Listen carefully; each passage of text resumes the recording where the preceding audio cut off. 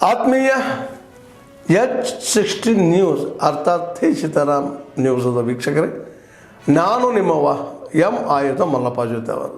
ತಾವು ಈಗ ಸುದ್ದಿಗಳ ಲೋಕಕ್ಕೆ ಎಂಟ್ರಿ ಹೊಡಿತಾ ಇದ್ದೀರಿ.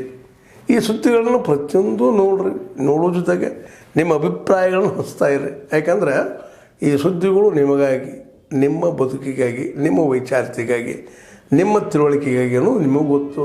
ಜೊತೆಗೆ ನಮಗೂ ನಿಮ್ಮೊಂದಿಗೆ ಇದೊಂದು ಮಾತಾಡುವಂಥ ಜೊತೆಗೆ ಸುದ್ದಿಗಳನ್ನು ಬಿಡುವಂಥ ಕೆಲಸ. ಈ ಕೆಲಸದಲ್ಲಿ ನಾವು ನಿಮ್ಮೊಂದಿಗಿದ್ದೀವಿ ಅಂತ ಹೇಳ್ತಾ ನೋಡ್ತಾ ಇರಿ ಸುದ್ದಿಗಳನ್ನು.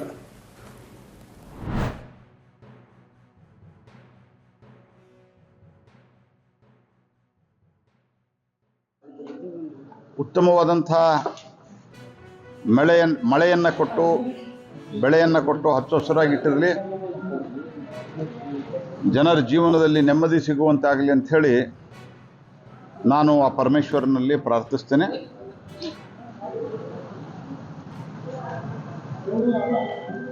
ಮೊನ್ನೆ ಉಪಮುಖ್ಯಮಂತ್ರಿಗಳಾದಂಥ ಡಿ ಕೆ ಶಿವಕುಮಾರ್ ಅವರು ಬೆಂಗಳೂರಿನ ಇನ್ಫ್ರಾಸ್ಟ್ರಕ್ಚರು ರೋಡ್ ಬಗ್ಗೆ ಪ್ರಶ್ನೆ ಮಾಡಿ ಇದು ಮಾಡಲಿಕ್ಕೆ ಸಾಧ್ಯವೇ ಇಲ್ಲ ಅನ್ನೋ ಅರ್ಥದಲ್ಲಿ ಹೇಳಿದ್ದಾರೆ. ಅದಾದ ನಂತರ ಉದ್ಯಮಪತಿಗಳು ಯಾರನ್ನ ಇವರು ಇನ್ವೆಸ್ಟರ್ ಮೀಟ್ ಮಾಡಿ ಬರ್ರಿ ಅಂತ ಕರೀತಾರ, ಅವರು ಒಂದು ಟ್ವೀಟ್ ಮಾಡಿದ್ರೆ ಅದಕ್ಕೆ ಅವರನ್ನು ತೀವ್ರವಾಗಿ ಅಪಮಾನಿಸುವಂಥದ್ದು, ಮಾನಸಿಕವಾಗಿ ಅವರನ್ನು ಕುಗ್ಗಿಸುವಂಥ ಪ್ರಯತ್ನ ಕಾಂಗ್ರೆಸ್ ಪಾರ್ಟಿ ಮಾಡ್ತಾ ಇದೆ. ಅಭಿವೃದ್ಧಿ ಮಾಡ್ತೀವಿ ಅಂತ ಹೇಳಿ ಬಂದಂಥವ್ರು ಇವತ್ತು ಭ್ರಷ್ಟಾಚಾರ ಅಂತೂ ಎಲ್ಲ ಮಿತಿಮೀರಿದೆ. ಈಗ ನನ್ನ ಕಡೆ ಕಲಘಟಗಿ ವಿಧಾನಸಭಾ ಕ್ಷೇತ್ರದ ಅಂಬೋಳಿ ಗ್ರಾಮದವ್ರು ಬಂದಿದ್ದಾರೆ. 24 ತಾಸದಿಂದ ಕರೆಂಟ್ ಕೊಡ್ತಾ ಇಲ್ಲ ಅವ್ರಿಗೆ, 24 hours ಇದ್ದ ಅನೇಕ ಆ ಹಳ್ಳಿ ಅಲ್ಲಿ ಸುತ್ತಮುತ್ತಲಿನ ಹಳ್ಳಿಯವರಿಗೆ. ಮೊನ್ನೆ ಹೋಗಿ ಅವರು ಹೆಸ್ಕಾಂ MD ಅವ್ರನ್ನು ಭೇಟಿಯಾಗಿ ಬಂದಾರ. ಇದಕ್ಕಿಂತ ಮೊದಲು ಒಂದು 16-17 ತಾಸು ಕಟ್ ಮಾಡ್ತಾ ಇದ್ರಂತ, ಈಗ 24 ತಾಸಿನಿಂದ ವಿದ್ಯುತ್ ಇಲ್ಲ. ಫ್ರೀ ಅಂತ ಹೇಳಿದ್ದು ಒಂದ ತಡ ಎಲ್ಲ ದರಗಳು ಜಾಸ್ತಿ ಆಗ್ಯಾವ.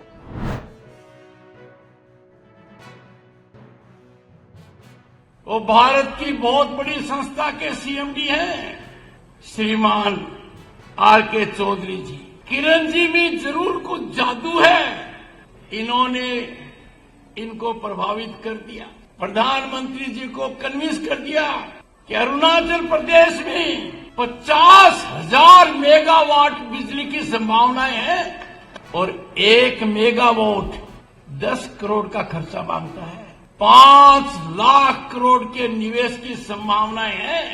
और तभी किरण जी ने आपको कहा है कि हमें फायदा लेना है, सहयोग करना है और हमारी संस्कृति को भी सही रखना है.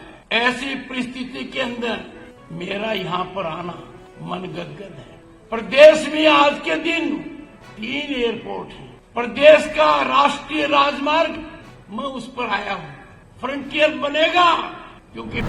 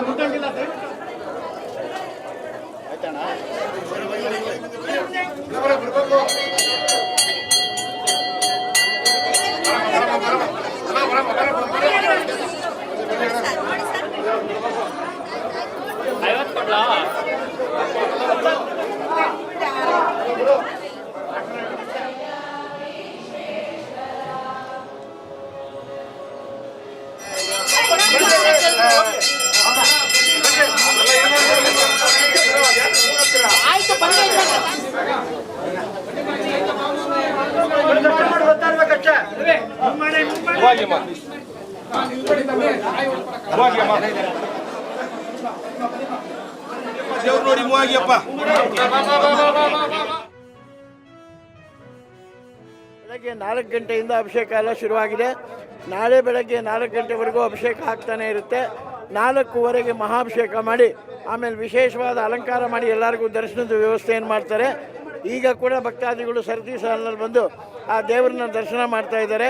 ಇವತ್ತಿನ ಶಿವರಾತ್ರಿಯಲ್ಲಿ ತ್ರಿವೇಣಿ ಸಂಗಮದ ಸ್ನಾನದಲ್ಲಿ ಮಾಡಿದಂತಹ ಪುಣ್ಯ ಗಂಗಾಧರೇಶ್ವರನ ದರ್ಶನ ಮಾಡಿದಷ್ಟು ಪುಣ್ಯ.